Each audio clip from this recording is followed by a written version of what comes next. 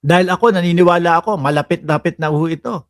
Di ba? Virgie Badiola, End Time Makikwan, at Mia Masarap, mga bossing, iiwan na si BBM. Paano mga bossing? Asa iwan? Asa iwan? Anak ng tinapa naman to. Mga utu-utu pa din kayong mga DDS kayo, ano? Ang dali niyong mapaniwala. Eto, ang dali din kayong paniwalain nito. Ito ang mas malapit na iwan kayo. Dahil malapit na po. Anong petsa na ngayon? Ay, onsen. Ay, sandali. Isingit ko na. Isama ko na dito, ha? O sige, mamaya na. Para surprise. Isisingit ko na sana birthday ni Duterte ngayon. Ay, hindi. Hindi pala birthday. Mansari pala ngayon. Pero dito muna tayo.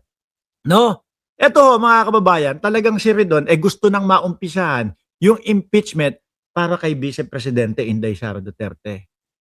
Alam niyo ho, mga bossing, petmala na ho yan. Bakit to? Malapit nang matapos yung 1-year ban nung unang impeachment. Malapit na ho, mga kababayan. 5 Pebrero, tapos na. So, ibig sabihin, pagsapit ng 6 ho, mga boss, chief, amo, sir, ay nako, sasakit na naman po ang ulo ng mga DDS na sugod ng sugod dito sa ating live, hindi naman maipagtanggol ang Vice Presidente nila. Saan ka pa? Kung yun niyang mga abogado, 16 na abogado, anak ng topak na yan, hindi maipagtanggol ang Vice Presidente. Yan pa kayang mga Class C na sinasabi na mga troll daw, na sinasabi doon sa video, yung boses yata ni Badoy, di umano, no? Wala kayong mga kwenta, mga bobo naman daw kayo, Class C. Diba? Paano naman ipagtatanggol ng mga Class C si Sara Duterte kung sarili nga niya hindi mapagtanggol? Kung sarili nga niya, walang masabi, walang depensa. Kung yung 16 na abogado ang pinagbasihan lang para mahinto o para ma-stop o para mapigil pansamantala yung impeachment ay, teknikalidad lang. Bumasi lang ho sila at sumandal lang ho sila, mga bossing, doon sa bawal yung impeachment, no? Na 2, 3, 4 na beses sa isang taon. Yan lang. Di ba? Yung mga DDS, nagmamalaki. Yung mga DDS, mga nagmamalaki. No? Ay, si Sara, hindi na may impeach. Natuwa pa. Pero mga kababayan, ito ulit. At panigurado, mga boss, si Pamo, sir, eksakto, February 6, no? Mauumpisahan ulit ito. At yung mga magiging reklamo? Wala pong iba, kundi yung mga reklamo din ng mga nauna. Bakit? Sabi ko nga po sa inyo, hindi nila na ipagtanggol si si Sara Duterte na ating Vice Presidente. Di ho ba? Tapos ito, idagdag mo pa. Yung sabi ni Redon, kailangan pag-aralang maigi yung Madriaga claims na si Sara Duterte daw, mga bossing, ay tumatanggap ng pera at yun yung gagamitin sa pagkandidato o doon sa eleksyon para kumandidato. Saan daw po? Sa Pogo. At saan daw po? Sa mga Lord ng ipinagbabawal na gamot. Paano na yan, mga DDS? Sakit ulo ulit. Sige, gusto kong makarinig ng mga DDS dito. Kung ano ang masasabi ninyo doon sa confidential funds ni Sara Duterte. Gusto kong makarinig nung inyong o gusto kong makakita, no, nung depensa ninyo kay Sara Duterte. Ano ang maididepensa ninyo doon sa confidential funds? Please nga. Wala. Kung paano nyo masasabi na hindi nagastos, ipaliwanag nyo si Mary Grace Piatos, ipaliwanag nyo sino pa? Si Mary Grace Piatos, si Cocoy Villamin. No? O wag na yan, baka medyo mahirap para sa inyo yan. Simplehan na lang natin. Ipaliwanag nyo na lang yung pagbabanta ng Vice Presidente sa buhay ng Pangulo.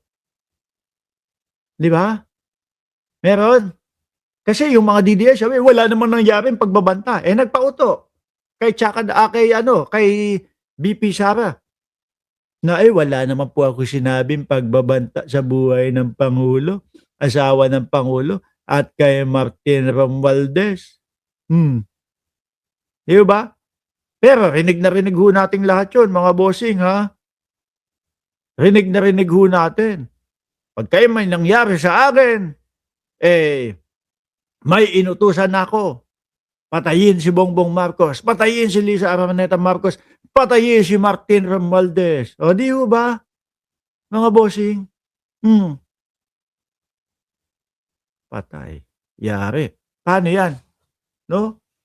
Speaking of Chucky, pag-usapan na din natin. SD, ituloy na natin. Naku po, eto. Bukod sa pang-aasar ko, dito mas gigil na gigil ho ang mga DDS, mga kababayan. Bakit? Sige dito! Sige. Si Atty. Claire, mga DDS, si Atty. Claire Castro, chill na chill lang. Tingnan. Sandali, sakto naman yung pagkakapost ko. Sakto yung pagkakapost ko, mga kababayan. Kasi idinedemo ni Atty. Claire Castro ho, mga bossing, kung bakit nasabi niya na Chucky daw. Di ba?